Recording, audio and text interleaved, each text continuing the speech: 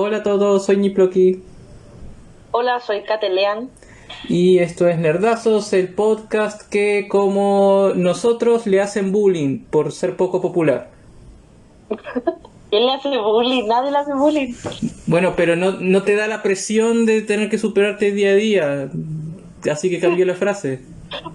Porque a nadie le importa. Porque no me importa, ya. Sí, qué mal. Empezando para abajo nuestro proyecto. ¿Cómo Ya. estás, pues, Niploki? ¿Cómo?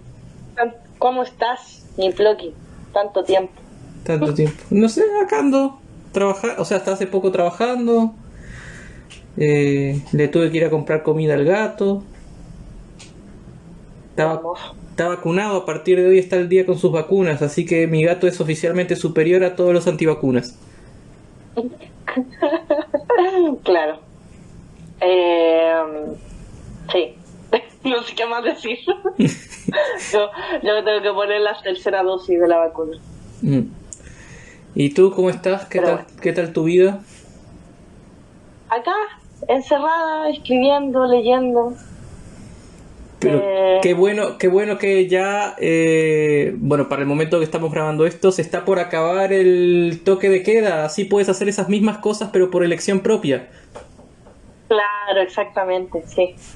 No, para mí lo importante de esta semana es que voy a terminar un libro que estoy escribiendo en conjunto. Ah, bueno. Así que eso, pues segundo libro que terminaría en el año, un proyecto menos de la lista. Sí, siempre se agradece. Mm. Tenés que terminar el otro. Y tengo que terminar, o sea, tengo uno que es prioridad, tengo que terminarlo y otro que quiero terminar pronto. Mm. Pero ahí estamos, sobreviviendo. Mm. Y bueno, la vez pasada no dijimos nada al respecto, porque igual era el primer día, no se sentía todavía en el aire, pero ahora estamos en octubre. Estamos en octubre, sí.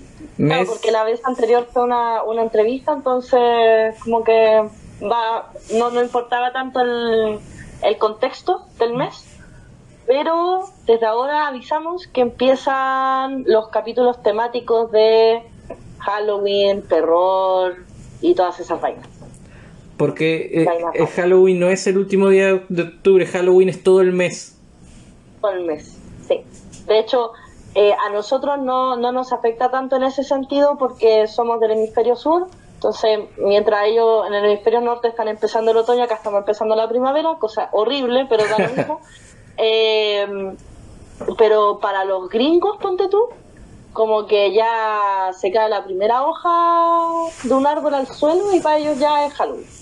Mm. Ya entran en modo calabazas y todas esas cosas. Igual no puedo culparlo, si el Halloween igual es una buena fiesta como para prolongarla un mes. Como la Navidad, son las únicas dos que acepto con eso. ¿Sabes que a mí me pasa con Halloween? Que la fiesta en sí como que me importa súper poco. Pero sí me gusta todo lo que Halloween genera de forma como estética o temática en el mes de octubre. Mm. Como que se concentran en cosas relacionadas con el terror o relacionadas con el thriller, la estética como más cozy, la cuestión, como que me gusta mucho eso. Pero Halloween, personalmente, El día. no, el día, claro, no me mueve la aguja mucho, la verdad. Es que a mí el día, o sea, el día puede ser como una excusa como para juntarse a ver películas de terror con amigos o algo así, más allá de eso no es. Pero para mí todo el espíritu de Halloween se prolonga en todo el mes. Claro, sí. Y eso, pues como ponte tú, yo el año pasado intenté leer más libros de terror Mm. en octubre, me acuerdo. Y como que tenía algunos libros pendientes de terror como más clásicos, ponte tú La Casa Infernal de Richard Matheson, y me propuse leerlo ese mes, y me acuerdo que en Comiqueros también me propuse como reseñar más cosas de terror. No Mm. creo que lo haga este mes porque tengo muchas reseñas atrasadas, que no tienen que ver con la temática, pero sí, me acuerdo que el año pasado hice por primera vez eso, que hay gente que lo lleva haciendo mucho tiempo. No, Sí, no, yo trataba de ver películas de terror como una al día, que ujú, no siempre consigo eso, pero una al día, una cada 2 días. Y sí, las reseñas en Comiqueros este mes son de juegos asociados al terror. ya, Spoilers, bacán. para no sé cuánta gente coincide entre las dos cosas, entre el podcast y las notas de Comiqueros, pero voy a reseñar Los Hombres Lobo de Castonegro y voy a reseñar Asesino en Serie. Ya, queda un juego ahí nomás. Que son, bueno, son los dos juegos de mesa así como de terror que creo que tengo en en la ludoteca, no tengo otro. No, yo este mes yo creo que voy a, bueno, aparte de que quiero leer por fin Dune antes de ver la película, que se estrena el 21 de octubre, y que avisamos que probablemente el capítulo relacionado a eso esté en noviembre. Eh, Quiero terminar un libro de Lovecraft, quiero leer a Stephen King, algo de él, porque hace tiempo que no lo leo. Y pucha, no sé, en términos de cómic manga, como que ahí sigo la marea nomás. Hace, no sé, como un año que te lean no lea Stephen King. En ese tiempo Stephen King sacó 50 libros nuevos. Sí, bueno. Es imposible de seguir. Yo ya asumí que con Stephen King y con Detective Conan siempre voy a estar atrasada a menos que los autores respectivos se mueran. Mm. Y ahí termine como cuando se muere Stephen King, que espero que no sea pronto, no es que le esté deseando la muerte, pero cuando se muere Stephen King, como que ahí yo siento que va a haber posibilidad de que lo alcance. Yeah. Y lo mismo con Kocho Aoyama, pero mientras estén vivos, no, imposible. O sea, no Sí. sé, pues yo tengo caleta tomos de Detective Conan y sigo estando 10 tomos abajo de la publicación en España. En España, más encima, ni siquiera japonés. Entonces, no, imposible. Ya me rendí. Pero bueno, Pero pasemos a la efemérides, pues, don Nipro. efemérides.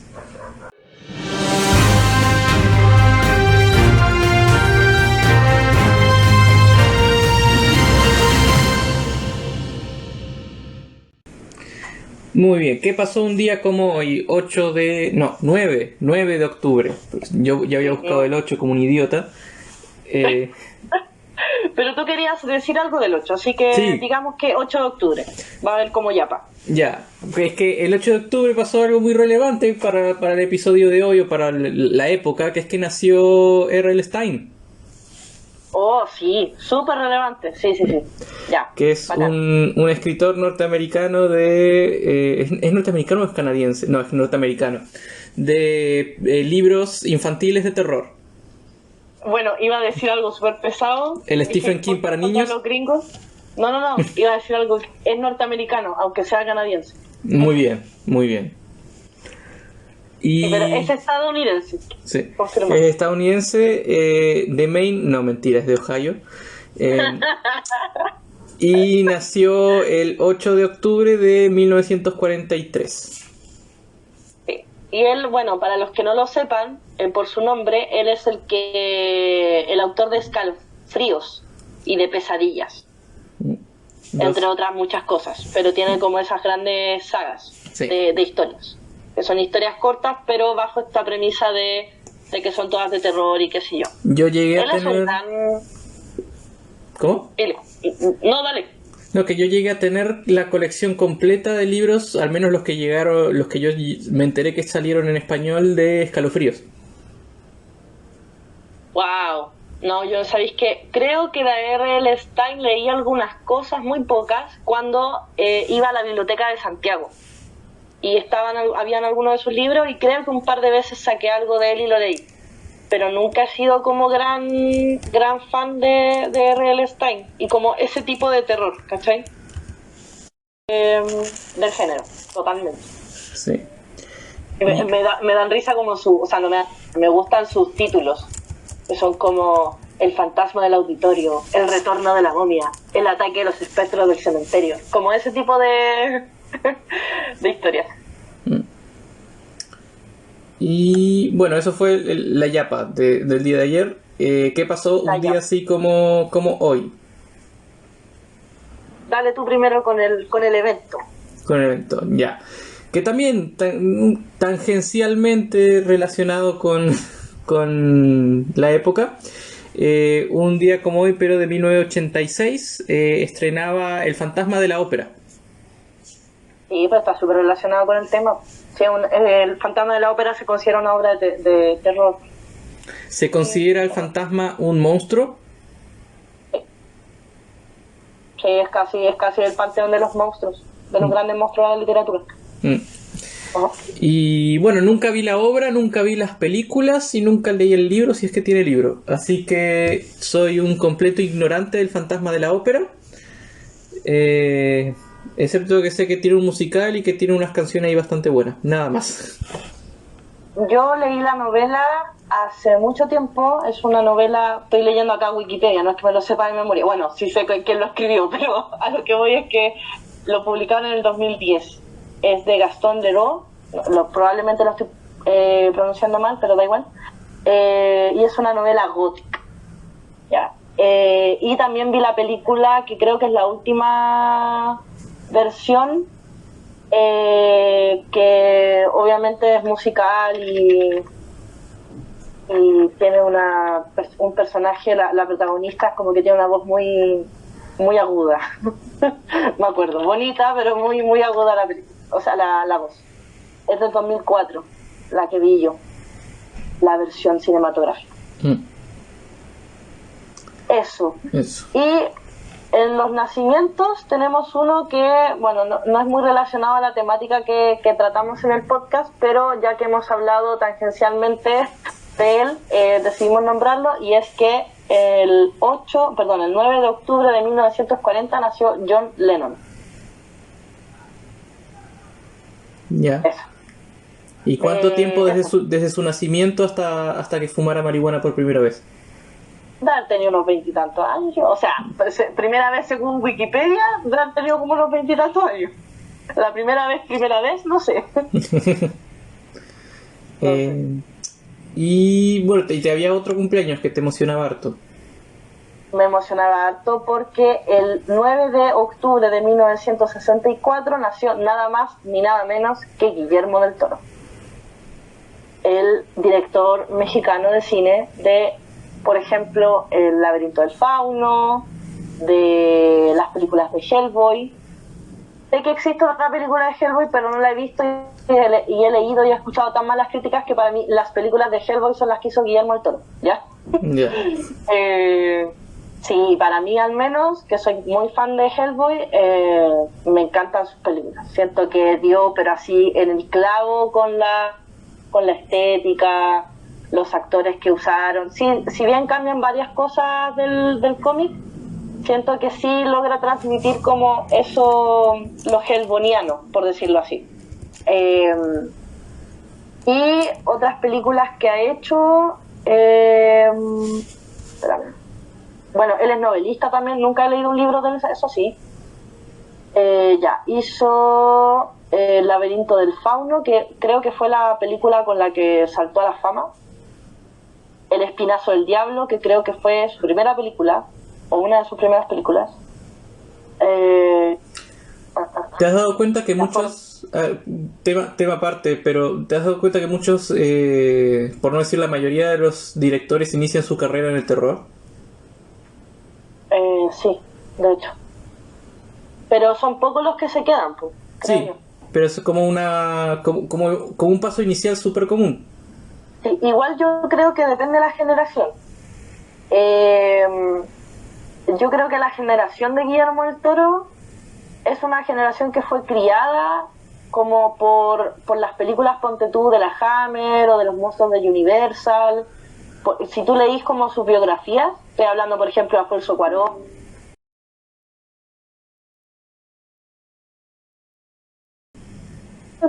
No, estaba hablando que al cerrar no me di cuenta que lo estabas escuchando. Ya, retoma. Perdón. Lo siento. ¿Esto quedó todo grabado? No, lo voy a cortar. Ya. Que no sé en qué parte quedaste. Hablábamos de los escritores de terror O sea, que dependía de la generación, que Guillermo del Toro y su generación probablemente se crió con los monstruos de Universal y hasta ahí. Ya, bueno, básicamente es eso, como que estos tipos, por ejemplo, Guillermo del Toro, Tim Burton, como en su cine le rindieron homenaje a ese tipo de películas. Y Guillermo del Toro, una de las cosas que a mí más me gusta es que el tipo está obsesionado con los monstruos y que los monstruos en sus películas habitualmente no usan tanto CGI, sino que usa más como maquillaje para hacerlo. Y tiene un actor que siempre se me olvida el nombre de ese actor, pero es como un actor fetiche porque es uno de los que por lo general hace ese tipo de personajes como ponte tú el hombre pálido del laberinto del fauno. Creo que también participó en Hellboy. No sé, no estoy segura, pero creo que hizo incluso a Sapien en Hellboy. Entonces, como que eso de no usar tanto efecto especial y hacer unos efectos más como prácticos, de maquillaje, de vestuario, me gusta mucho. Porque aparte como que remita a ese terror de los años, no sé, pues 40, 50. ¿Se me escucha ahora? Sí, se te escuchó. No se te va a borrar la paranoia. Ok, no. Y bueno, esas son las efemérides de un día como hoy. ¿Tenés algún rage? Rant, no, creo que no. Rant, a ver, no. ¿Y tú? Ya, déjame abrir el archivo. No, o sea, vamos a la intro.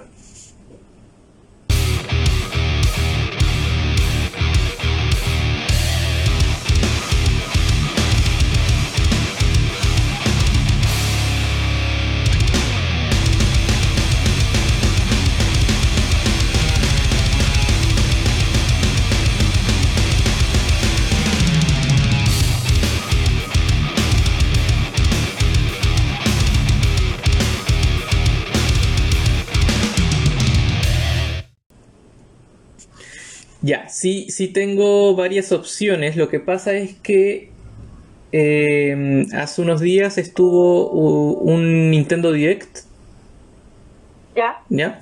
Que es un evento, una transmisión virtual en la que Nintendo anuncia como novedades, juegos y en lo que están trabajando básicamente. Y revelaron el cast de la película animada de Mario Bros. Ah, ya. Y no es como que tenga nada en particular contra las personas que eligieron, pero Hollywood, el rant es este: Hollywood con frecuencia y de forma sistemática comete el error de castear como actores de voz actores en vez de actores de voz. Sí. Y así no funciona, gente, porque los actores son actores, los actores de voz tienen otra especialidad que, no sé, quizás les parezca que no va a traer tanta gente al cine como poner a Chris Pratt como Mario Bros, pero prefiero escuchar una voz de Mario que suene a Mario. No sé si se entiende. Sí, mira, se entiende perfectamente tu rant. El tema es que para la industria esto es lo que les sirve. Porque, a ver, convengamos en que la industria hollywoodense es una industria que depende en gran medida de los actores. Es una industria que depende en gran medida de sus estrellas. Y esto no es reciente, esto ha sido siempre así, o casi siempre así. Es una industria que se ve, que vende por los nombres que hay involucrados en una producción. Véase grandes directores, véase grandes guionistas, en mucha menor medida, o sea, son muy pocos los guionistas que uno conoce y que dice, voy a ver esta película por el guionista. Y sobre todo depende de los actores. ¿Qué pasa con el cine de animación? Que en ese sentido el actor se pierde, porque no va a aparecer necesariamente él en persona. El personaje puede que esté basado en él, pero también puede que no. entonces lo único que tenemos del actor es la voz. Y por eso es que se le da más, o sea, se le da el trabajo a actores famosos en vez de actores profesionales de voz. Porque tenéis que vender de algo. O sea, yo sé que una película de Mario va a vender porque es de Mario Bros. O una película de Disney, una película de Pixar ya venden porque son de Disney o son de Pixar. Pero también depende mucho de los actores que están involucrados. Entonces, por eso es que la industria decide, por un tema de marketing básicamente, poner actores.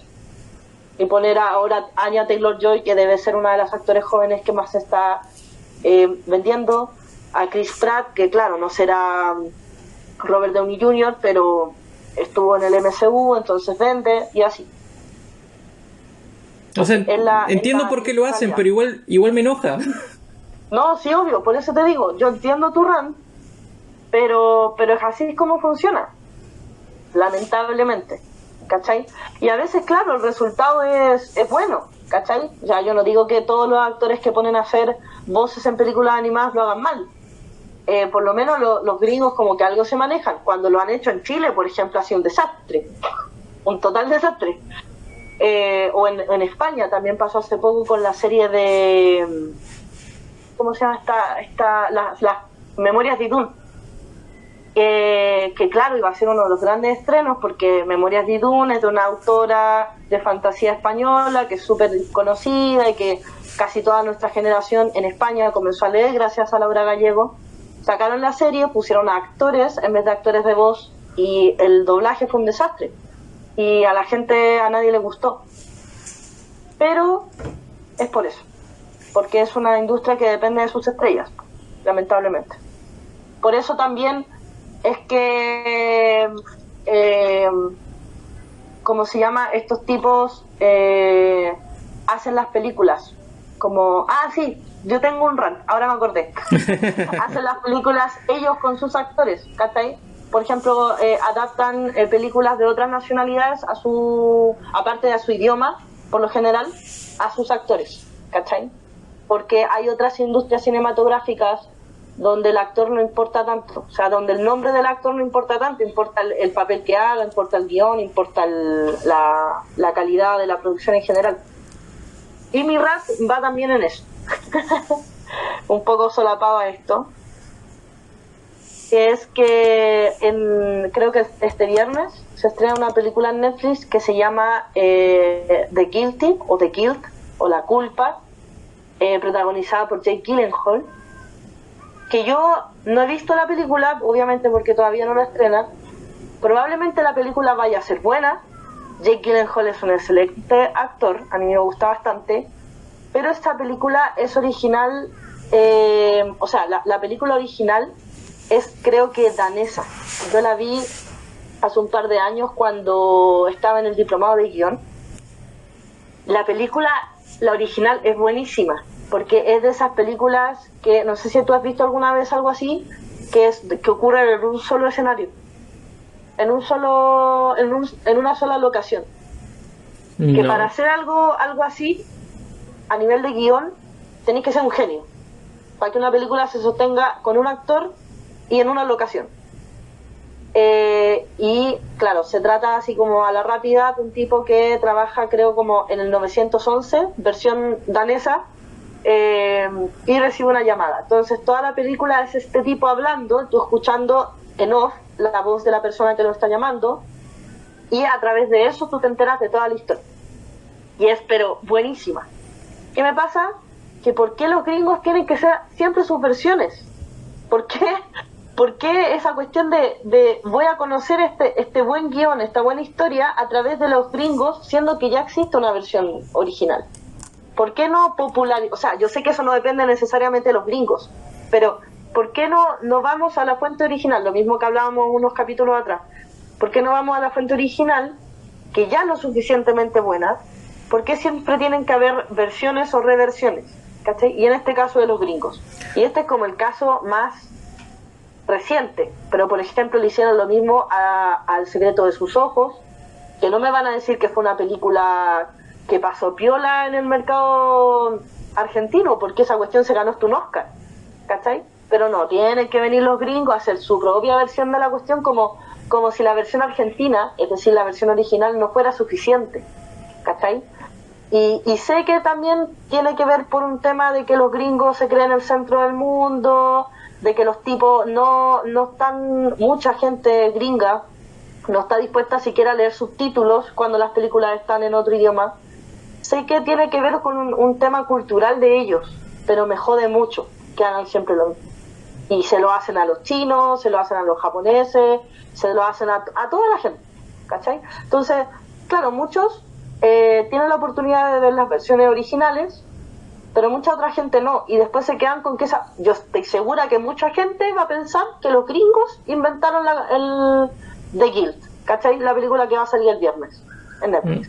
Fue como, oh, los gringos, si la película es buena, oh, los gringos, mira la misma película que sacaron. Y es como, no, esa película no es gringa, o sea, esa versión de la historia es gringa, pero esta cuestión se la robaron, o sea, no se la robaron, pero se la tomaron de otro, ¿cachai? No es una idea original de ellos, y esa cuestión me jode mucho porque es sistemática. Si pasaron un par de veces ya, pero ya es sistemática la cuestión, y me aburre. Igual la voy a ver, porque me genera curiosidad, pero me jode esa actitud gringa. Eso. O sea, los dos básicamente estamos criticando la industria cinematográfica norteamericana. Claro, sí, totalmente. ¿Escuchaste Disney? Apestas. Eso es otro tema del monopolio, pero ya, no vamos a meternos ahí. No.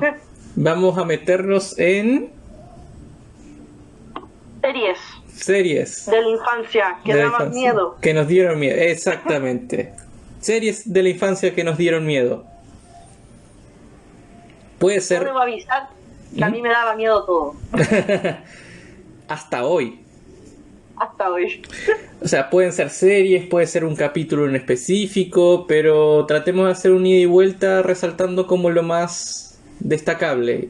Y bueno, viendo las diferencias también, porque si bien quizás ambos tuvimos cable, había cosas más particulares de Chile o de Uruguay que se diferencian.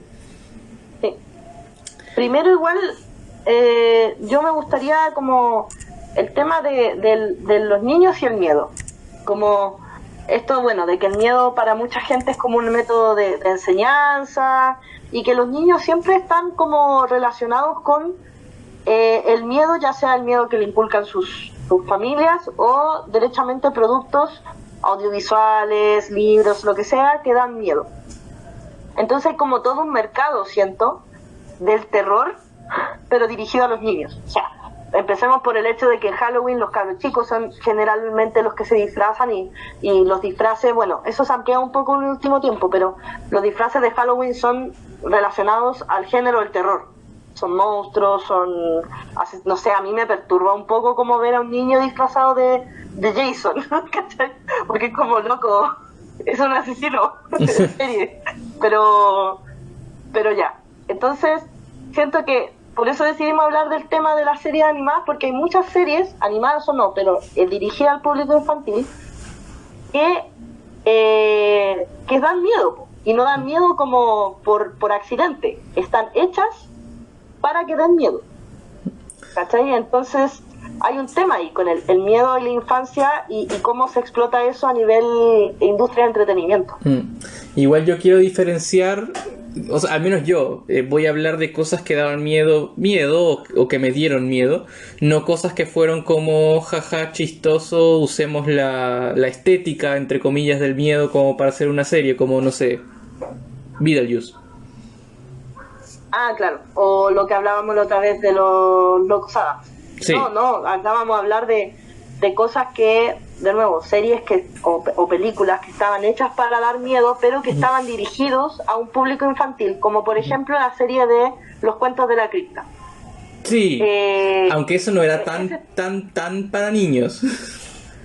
Pero, o sea, por lo general no era como, ponte tú, hago la distinción en una serie hecha de temas como paranormales o sobrenaturales, dirigida a un público más infantil o adolescente, como por ejemplo Los Cuentos de la Cripta, versus una serie que también tocaba temas como de fantasmas, de monstruos y qué sé yo, de una manera un poco más seria, porque estaba dirigida a un público adulto, como puede ser, por ejemplo, Los Archivos Secretos X. Sí, sí, sí, sí. ¿Cachai? Sí, sí, sí.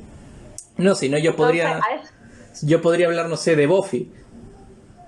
claro, no, tampoco vamos a hablar acá no sé, pues no, es que cuando niño vi Freddy Krueger, Sí. obviamente tú viste si viste esa película teniendo 8 años, lo hiciste o a escondida de tus padres o porque tus padres son unos irresponsables, ¿cachai? O sea, ojo, yo tenía 6 o 7 y veía Buffy. Ya, bueno, tus padres ahí quizás, o hay padres que también tienen un método de crianza que es más como ya, que vea lo que sea, tiene que curtirse, ¿cachai? Que no necesariamente es una actitud irresponsable, sino que es una decisión de crianza. Pero a lo que vamos es eso, como nos vamos a centrar en series de la infancia, dirigidas a un público infantil o juvenil máximo, que daban bien. Ya fuera por lo general o a veces. Sí. Y bueno, en ese sentido quiero hacer como una pausa chiquita para poner un opening de algo, a ver si lo identificas.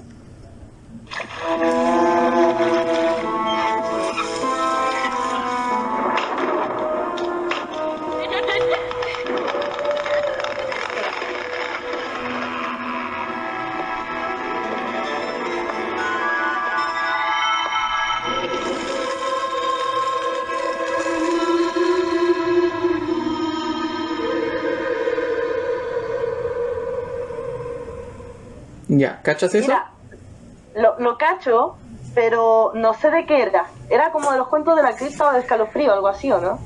Había como dos series como que competían en una misma época por, no sé, por el slot de serie con actores reales para niños de terror.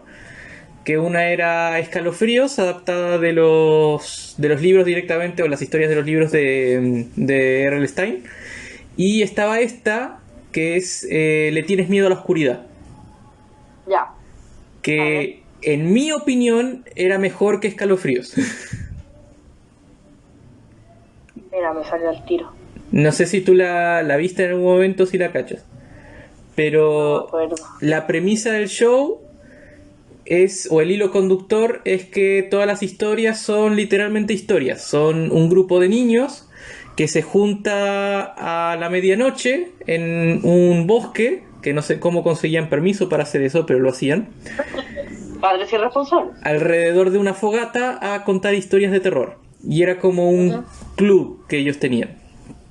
Ya. Y bueno, en un punto introdujeron al hermano de uno de ellos y luego cuando ya los principales se hicieron muy grandes, como que hicieron un salto temporal y el hermano crecido rearmó el grupo o el club con amigos de él. Ya. Y honestamente las historias la mayoría del tiempo no eran muy de miedo, pero tenía sus momentos. Ya. ¿Sabéis que no? Creo que no la vi. Como estaba buscando imágenes en Google y creo que no la vi. Pero para mí ese rol lo cumplió Los Cuentos de la Cripta. Todo el rato. Es que los cuentos de la cripta ya eran como un paso más. Era ya más para adolescentes, yo creo. Sí. Que yo tengo recuerdos de haberla visto, pero muy chica. No sé hasta qué año exacto la dieron en la tele en Chile, la daban en la tele abierta, pero me acuerdo así como, ponte tú, no sé, la ubico temporalmente en mi línea de tiempo como cuando vi a Barney. ¿Cachai? Ya, el contraste. Sí, cuando vi a Barney, así como ese tipo de series. Y no tengo recuerdos como de haberme asustado necesariamente con ellas. Como que igual se sentían un poquito más livianitas. No sé, al menos yo, que soy asustadiza. No, como que no tengo eso de este capítulo de Los Cuentos de la Cripta me generó este trauma, ¿cachai? Sí. No me pasa con Los Cuentos de la Cripta. Y bueno, recordando los episodios, digamos, de ¿Le tienes miedo a la oscuridad? Ujú. Creo que el que más miedo me llegó a dar, que igual relativo, pero el que más miedo me llegó a dar creo que fue no me acuerdo, no me acuerdo cómo se llamaba el episodio, o sea, lo tengo acá en inglés, que es The Tale of Midnight Madness, que Ya, es un chico que va a un cine o que trabaja en un cine, no me acuerdo, que es un cine viejo, venido a menos, va poca gente y tienen como o consiguen una función especial, una edición especial de una película de terror que es como una muy obvia versión de Nosferatu, ¿ya? ya, Y el tema de terror de la trama del episodio es que cuando se proyecta la película, el vampiro de la película sale de la pantalla. ya, Y en el setting del cine vacío los empieza a acosar. ya. Y daba miedo. Bacán la historia. Sí, me imagino. Imagínate un cine vacío, sabiendo que hay un monstruo por ahí. Ese fue un episodio que igual sí generó un poco de miedo. Pero por lo general eran cosas no muy de miedo. Recuerdo que, repito, no tengo recuerdos como de capítulos específicos, pero sí un tópico que usaban harto en ese tipo de series, como Escalofrío o Los Cuentos de la Cripta, que son los que me acuerdo haber visto, era ponte tú los muñecos diabólicos. Ah, sí. Entonces, más de algún capítulo vi en su momento de un muñeco ventríloco feo Sí. que estaba poseído y qué sé yo. Aunque, paréntesis, mi trauma con los muñecos me lo generó un capítulo de los Archivos Secretos X. Pero sé que en Escalofrío, los cuentos de la críptica, cuentos de la críptica, bien, cuentos de la cripta, más de algún capítulo de eso debe haber salido. O de payasos, ¿cachai? Que eran como las típicas cosas que le daban miedo a los niños. Y acabo de encontrar, había un episodio que no sabía si era de Escalofríos o si de Le temes a la oscuridad. Y acabo de verificar que es de Le temes a la oscuridad, que es un episodio de un chico que tiene un monstruo en el sótano. ¿Ya? Que se activa, se manifiesta solamente cuando hay música detrás de una puerta. Y como que lo trata de absorber y comérselo, básicamente. Y el episodio termina con el chico encerrando a un bully en el sótano con música. Oh. Y literalmente tradea la vida del bully por una bicicleta nueva. Y te dan como a entender que va a hacer lo mismo con la hermana. Oh, brígido. Sí. Esos dos son como los episodios que más destaco de esa serie. Me pasa, mientras te escuchaba hablar y acordándome de estas series, que quizás una cosa que pasa con esas cosas, con ese tipo de productos, es que eran muy gringos. Sí. Entonces habían cosas que obviamente te dan miedo porque lo estás viendo y qué sé yo, y al final apelan a miedos súper universales en su forma más básica, ¿cierto? La oscuridad, ponte tú, qué sé yo. Pero me pasa que tenían cosas tan gringas que de cierta manera te ayudaban a sentir como, ya, esto me da miedo, pero es poco probable que me pase a mí porque, por ejemplo, mi casa no tiene sótano. Sí. ¿Cachai? O mi casa no tiene ático. O más allá de mi patio no hay un bosque. ¿Cachai? Sí. Cosas así. Como que eran esos típicos miedos súper gringos, po. ¿Puedo decir algo respecto a eso? ¿Sí? Yo sí tenía un Tú bosque. tenías un bosque. Sí, yo tenía un bosque en la esquina de mi casa. Oh, Dios, ya estáis cagados. Pero No, y a veces tenía que volver de noche a la casa y tenía que pasar por enfrente del bosque. Y Oh, Dios. en la escuela siempre están las típicas historias de, se escapó un loco del manicomio y está escondido en el bosque. ¿Y en tu barrio, por ejemplo, había como No la había casa embrujada? No, pero no había luminaria tampoco. Ya, bueno, eso contribuye. Pero claro, como que por lo general, ¿cierto? Hay cosas que son súper gringas, entonces cuesta a veces replicarlas como a los chilenos, en mi caso. Sí. quizá en el campo, no tengo idea, pero en el campo, que despectiva, pero en regiones quizás pasaba más, pero por lo menos en Santiago era difícil tener como un equivalente más o menos cercano a donde tú el bosque, o sea, las casas derechamente no tenían sótano, no tenían ático,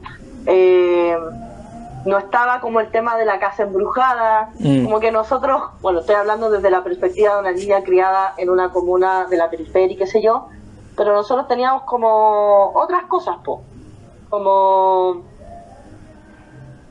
como pasteros, ¿cachai? Como drogadictos bajo la escalera del blog, cosas así, pero sí, me pasaba eso, como que era, sí da miedo, pero se siente como distante, ¿cachai?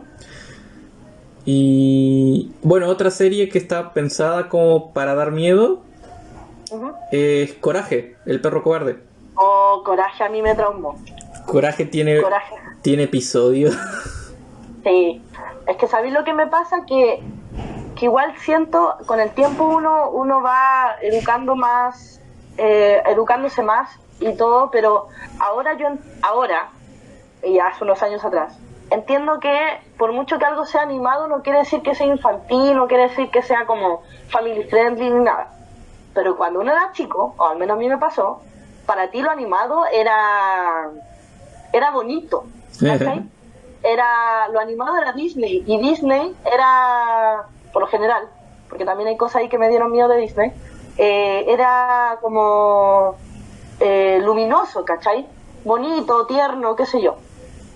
Pero después te encontraba ahí con Coraje, que a mí por lo menos me tocó verla ya más grande. Y te das cuenta que es como, ¿qué es esto?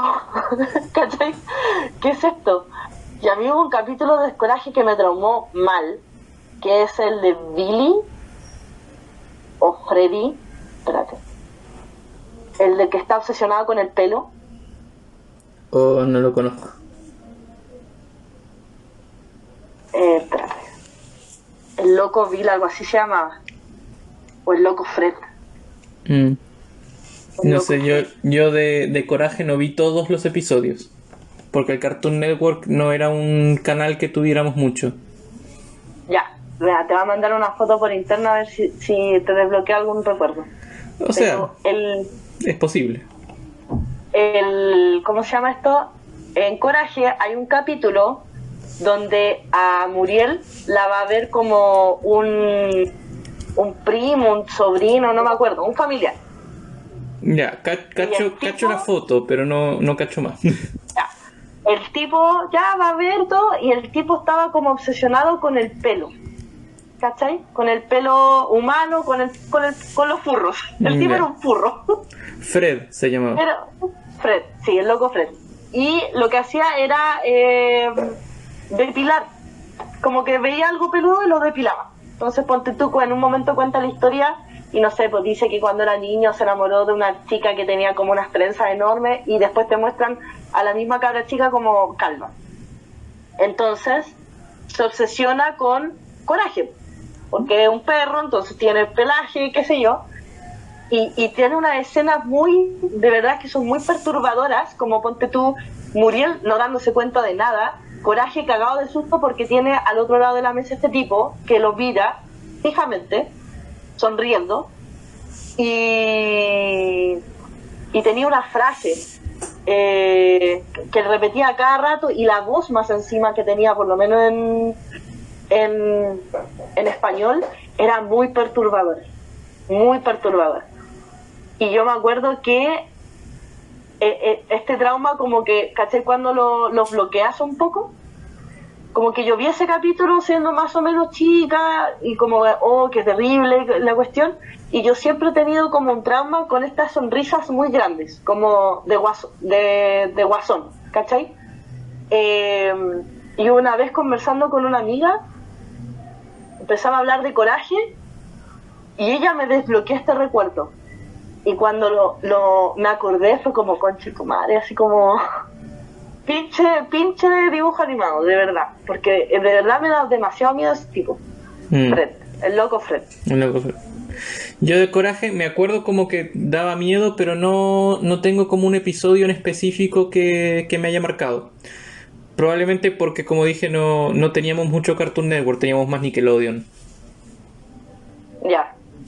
Y ponte tú algún especial de Halloween de Los Simpsons.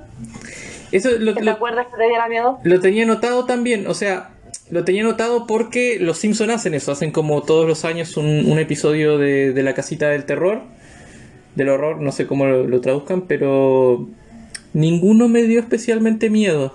Estoy tratando de acordarme porque, bueno, yo estaba más en tono con los antiguos. Pero ¿Ya? no hay ninguno que me haya marcado tampoco mucho. No, a mí tampoco. ¿Sabías el que me marcó más como especiales de Halloween? ¿Mm? El de uno de los de Arnold. Sí, El del tren. lo tengo anotado también. El del tren era brígido ese En el especial. tren. Ah, yo tengo anotado el de El cochero sin cabeza. También, sí, Es que, también. es que Arnold tenía cuando quería tirarse por el terror lo hacía muy bien. Sí, sí, ese capítulo, me acuerdo, el del tren, que es como un tren maldito, Sí. que pasaba como, asumo El, quizá en Halloween, y se llevaba como gente, así, era muy brígida, era muy buena la historia, me acuerdo. el Y tren daba 13 miedo. creo que era. Sí, y daba bastante miedo. Y también el del cochero sin cabeza, que obviamente una referencia al jinete sin cabeza, Sí. pero era muy bacán. Sí, no, el cochero sin cabeza fue un especial de media hora, creo. Más encima. Más encima. Y también me resonaba mucho porque... Oh, se desconectó, que te lean de nuevo. Voy a seguir la historia igual. Y cuando vuelva la pongo al tanto. Yo... Ahí volviste. Decía que yo veía el episodio de Arnold que ellos, bueno, iban a caminar por un parque. Pero el parque igual era parecido al bosque que yo tenía cerca. Y No, no. bueno, no teníamos cocheros en donde vivía, pero teníamos caballos con carro. Oh. Así que igual tenía su Aparte cosa. que, sí, yo me acuerdo de ese capítulo que tenía algo que ver como con como que lo escuchaban venir primero, como que se escuchaba el traqueteo, típico Sí. del carruaje, del caballo. Sí. Entonces, qué miedo vivir, qué miedo ser tú. Qué feo vivir cerca de un bosque en una zona casi no urbanizada. Sí. Por varias razones. De cosas que me traumaron cuando chica, sabéis que hay la película esta de La historia interminable. ¿Viste la historia interminable? La clásica. No, pero ¿decís la parte del caballo? No, Ah. no, esa parte apenas. No, pero para los que no lo sepan, en la historia interminable, tanto película como libro, hay un monstruo, que es como el monstruo de la historia, que se llama el Comork, que es como un lobo muy grande, de ojos verdes, y es como uno de los grandes villanos, por decirlo así. Y en la película a mí personalmente nunca me gustó, pero la parte del Comork en la película es terrible en el sentido de que da mucho miedo, porque es como que el lobo está en una cueva, ¿cachai? De momento como que se empieza como a avanzar hacia la luz su cabeza, porque es muy grande, entonces como que tú ves la cabeza del mono, más encima que no es algo digital, porque la película igual es antigua, es como de los 80, entonces como un animatronic. Ya. Y avanza, entonces tú ves como, ponte tú, los ojos brillantes, y luego ves como la forma de su cara, y la cara da mucho miedo. A ver, voy a buscar una foto. Esto no le sirve de nada a la gente que está escuchando el podcast, pero para que Giploki se acuerde o lo conozca, yo le mando fotos. Y lo ponga en el video de YouTube. Tenemos canal de YouTube. De hecho, sí. Ah, sí, entonces sí le puede servir a la gente. Ya, pero da mucho miedo ese pinche lobo. Aparte de que es malo, y como habla y toda la cuestión, es muy brígido. Pero me gusta mucho lo que da miedo es ese como recurso audiovisual, de que escuchas la voz, pero no lo ves y lo empiezas a ver como poco a poco. Eso es muy bacán. Es la mejor escena de la película, pero por lejos. Y bueno, no, esto no es de nuestra época, pero no sé si viste la serie Over the Garden Wall. Sí. Ya. No, creo que no la vi toda, pero vi... ¿Cómo no puedes verla toda? Son como 8 episodios de 3 minutos. Es que nunca la encontré toda. Porque nunca la vi en el cable. Pero esa serie tiene como un monstruo igual bien heavy para algo de niños. ¿El principal? El principal, sí. Y ya que estamos hablando de cosas modernas, el Lich en Hora de Aventura también, si fuera niño cuando lo vi, quizás me daba harto miedo, porque igual el Lich es como también bien heavy. No, ese no lo cacho. Pero... El Lich, es que es literalmente un Lich. Es como una representación de la muerte en Hora de Aventura. Y hace cosas que igual dan miedo, como que se pone la piel de otro personaje y se hace pasar por él. Lo estoy buscando. Y me imagino un niño viendo eso, pucha, igual se va a ver... Traumático. Sí, se va a ver traumado. Sí. Mira, yo aquí voy a salirme un poco de lo que habíamos dicho, que íbamos a hablar del tema de cómo elegir las series que íbamos a nombrar, pero es que no puedo dejar de nombrarlo, porque siento que por lo menos para mi generación, de verdad esa cuestión fue como cuna de grandes traumas, que fue El día menos pensado. No sé si tú has escuchado alguna vez hablar del día menos pensado. No. Ya. Lo que pasa es que acá hay una figura muy importante en la televisión chilena, que es Carlos Pinto. Carlos Pinto era un conductor en la época, en los años 90, que ahora va a volver y que siempre estuvo como en la tele, nunca desapareció del todo. Últimamente ha escrito libros también, pero él se hizo muy famoso porque primero hizo un programa que se llamaba Mea Culpa, que es el que va a volver ahora, que Mea Culpa eran puros casos reales, criminales, que habían ocurrido en Chile. Y después de Mea Culpa, esto yo te estoy hablando año, no sé, 95, 94, 95, 96, yo era muy chica. Pero de mi época, así como de ya que me quedara más en el recuerdo, estuvo El día menos pensado, que también lo hizo él, que era lo mismo, el mismo concepto, historias reales, pero relacionadas con temas paranormales, ¿cachai? Y eso lo daban a las 10 de la noche, obviamente era un horario prime, pero yo siento que igual fue un programa súper familiar, entre comillas. Yeah. Como que dudo que muchos padres de verdad hayan mandado a acostarse a sus hijos cuando iban a dar El día menos pensado. Por lo menos mis padres no lo hacían. Y daba mucho miedo. Por lo que te decía yo hace un rato, el tema de que los cuentos de la cripta o Escalofrío se sentían muy gringos, esto no, esto era chileno. Todo chileno, o sea, todo Chile. Por ejemplo, yo me acuerdo un caso brígido que era ambientado en Chiloé, que Chiloé de por sí da miedo.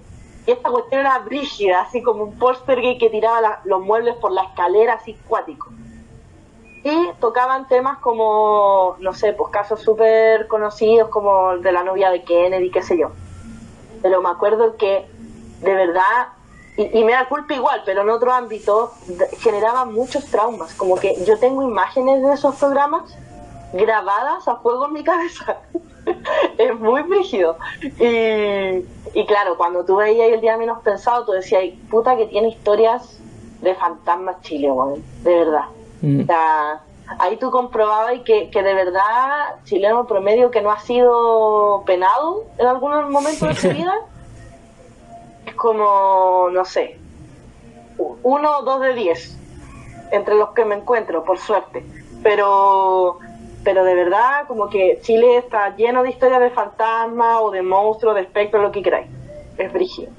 Y eso yo creo que fue el gran foco de miedos de mi infancia. Lo peor de mi infancia creo que fue el episodio de Invasor Sim en el que Sim robaba órganos. ¿Qué? Hay un episodio de Invasor Sim. Nunca vi Invasor Sim. Bueno, Invasor Sim es toda una cosa en sí misma. Ya. Que tiene varios momentos, pero el peor para mí fue un episodio en el que, para que no descubran que es un alien en un chequeo médico, se puso a robar órganos de niños Oh, qué y brígido. meterse, y se los metía en el cuerpo y dejaba otras cosas de reemplazo en lugar de los órganos. Es que a mí eso me pasa con los dibujos animados gringos de esa época, que de verdad de repente hacían cuestiones muy perturbadoras y, y como que, no sé, o sea, obviamente los creadores se debían dar cuenta, pero como que pasaban súper piola bajo el radar de los adultos que debían controlar que ese tipo de información no llegara a los niños. Ujú. Y, y de repente te comí cuestiones súper perturbadoras. Por ejemplo, y perturbadora en todo sentido, de como que te da miedo, alusiones como súper sexuales, ¿cachai? Sí. Eh, Rocco con, monos con que las cosas sexuales se pasaba. sí, o a mí me perturbaba mucho, ponte tú, la vaca y el pollito. También. O había uno que eran como de dos, estos que son súper feos, que después como que hay casi de Ren y Stimpy. una, eso. De verdad, con Remy Stimpy yo era como, pero más grande, ¿eh? Quizás por eso me daba cuenta, pero más grande yo veía y decía como, ¿qué es esto? ¿Cachai? Como que en ese sentido los monos gringos pasaban más piola. Porque llegó un punto que con el anime yo hice ese switch y dije, ya, el anime como que me puede mostrar o me puede llegar a mostrar cosas más brígidas. Pero con las cosas gringas, ya recientemente, ponte tú con el concepto o con el canal Adult Swim y Ricky Morty, ¿cachai? Ahí tú dices como ya, obvio, esta cuestión es animada, pero es claramente para adultos, pero onda, en mi adolescencia había muchas cuestiones que de repente tú quedas como, ¿qué onda? Efecto, esto no lo deberían ver niños. Y era bien brígido. Hoy, oye, ¿y películas de Disney que en algún momento te dieran miedo? No, no, no que me acuerde. Puta, a mí sí, yo me acuerdo con Blancanieves. Esa Ya. escena clásica de la bruja, o sea, de la madrastra, pero ya convertida en bruja, en vieja, como yéndose por una trampilla.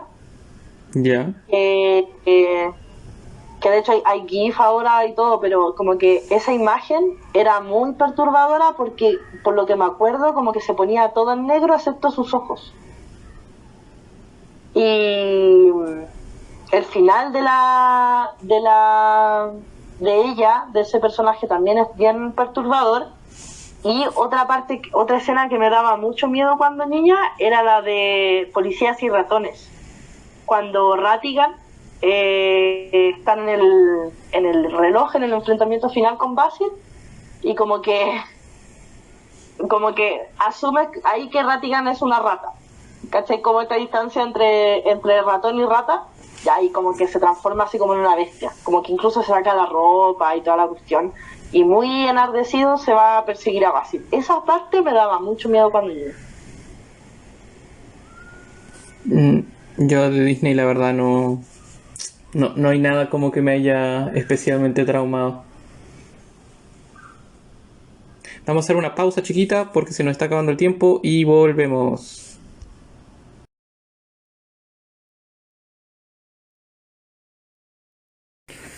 Volvimos. Este es el Hemos vuelto. episodio el episodio con más corte que hemos tenido desde que empezamos. Sí, lo siento, mi internet es una mierda. Perdón. Esa es la verdadera historia de terror, que tu internet no ande. Que lo penca que es claro. Mm. Eh, y eso, pues, con las series que daban miedo. Sí. Y Yo pasé una infancia muy temerosa, la verdad. Tengo recuerdos de noches enteras sin dormir porque estaba cagada de miedo. Sí, hay algunas cosas que mencionaste que igual no... Te creo que eras asustadiza. No, o sea, yo todavía soy asustadiza, se me ha ido quitando con los años, pero yo de niña era así mal. O sea, por ejemplo, eso que dije de los Archivos Secretos X, que es un capítulo de la 5ª temporada sobre una muñeca poseída. Yo no pude dormir una semana gracias a ese capítulo. Una O semana. sea, una semana. Y yo no, desde entonces que no aguanto las muñecas. No, en general las como muñecas tipo estas que simulan ser bebés o las muñecas de porcelana, no puedo con ellas. De hecho, una vez me regalaron una y después la regalé porque no me perturbaba tenerla en la pieza. ¿Cachai?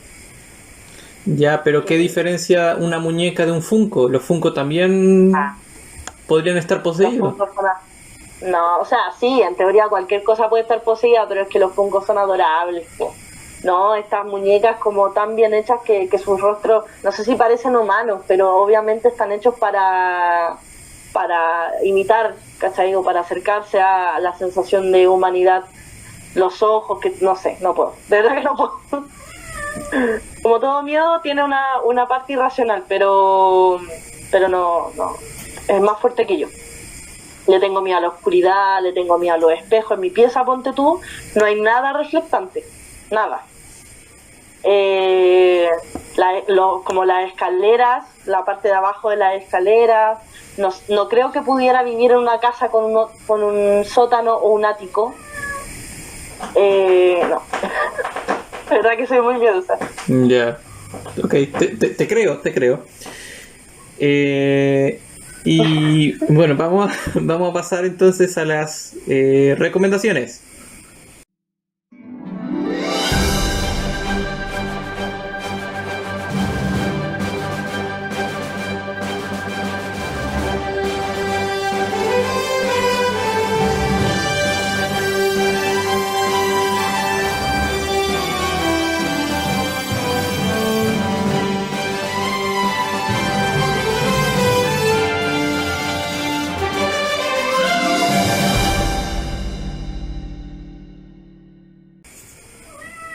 Recomendaciones. Ya, ¿qué tienes para recomendar esta semana? Yo estoy en la pasta de Constantine. Ya. Por fin subieron la serie a HBO y me la estoy jalando así, pero en mala. O sea, no tan rápido como quizás me gustaría, pero onda, ya estoy como todos los días viendo un par de capítulos mínimo. Y creo que tiene 15 en la temporada, que es la única temporada que van a hacer porque la cancelaron. La encuentro muy buena. O sea, siento que, ayer lo conversaba contigo, como siento que en aspectos técnicos es bastante deficiente. Ponte tú, los actores no actúan bien, tiene malos efectos especiales, como en esas cosas como malitas, pero la encuentro muy buena y muy entretenida. Y es verdad que el actor es igual a Constantine. La cagó, así como todo. Es muy buen actor en ese sentido. Ya. Bueno, yo voy a recomendar, ya que estamos en octubre, algo de terror. Entonces voy a recomendar una película que igual ya tiene sus años, que es The Cabin o La Cabaña del Terror, que es como es una película mezcla de terror y comedia, ¿Ya? que agarra todos los clichés de las películas de terror y como que los subvierte un poco, los evidencia un poco en una película que empieza viéndose como una película de género normal de terror, y a medida que va avanzando se va viendo el detrás de cámara de todas las cosas que van pasando. Y eso la recomiendo igual bastante. La vi solo una vez, pero la vi con amigos en una noche que no era de Halloween, pero Pero una noche ahí todos juntos en una casa de alguien, y es como la forma ideal de ver una película así. Sí, la verdad. Como asustadiza digo que sí. Ayuda bastante tener gente cerca. Así que voy a recomendar que la próxima vez que nos juntemos a hacer algo con Aileen, veamos una película de terror. Dijiste mi nombre real. ¡Oh! Todos van a saber que no te llamas Katy. Oh, no. Ya, pues. De hecho, tenemos que ver una película para hacer un capítulo. Sí. No es la más terrorífica de las películas de terror, pero tiene como un, no sé, una estética incómoda, por decirlo de una forma, Sí. que la hace destacarse mucho, y por eso me quedó... Bueno, y además de que es académicamente interesante la película. Así que... Eso, así como paréntesis, eso de la estética, yo creo que en el terror es súper importante. Muy importante. Como que a veces ni siquiera son escenas de miedo en sí, pero ya la estética, el tema del plano, el tema de la música, de la banda sonora, como que ya te ponen alerta, y eso es muy bacán del género del terror. Como que te anticipa. O por lo menos a mí, bueno, yo siempre que veo algo de terror como que estoy alerta, pero sí. Sí, tenemos que arreglar para ver esa película. Y eso ha sido todo por el episodio de esta semana. Sigan escuchándonos o viéndonos por el resto del mes para más contenido asociado al terror, como imagino que van a ser todos los podcasts y todas las series que existan, que es algo, y todo. Sí, que es algo súper común para octubre. Sí. Y eso, pues. Eso. Cuídense. Adiós. Del loco que está en el bosque de cerca de su casa. Claro. Adiós.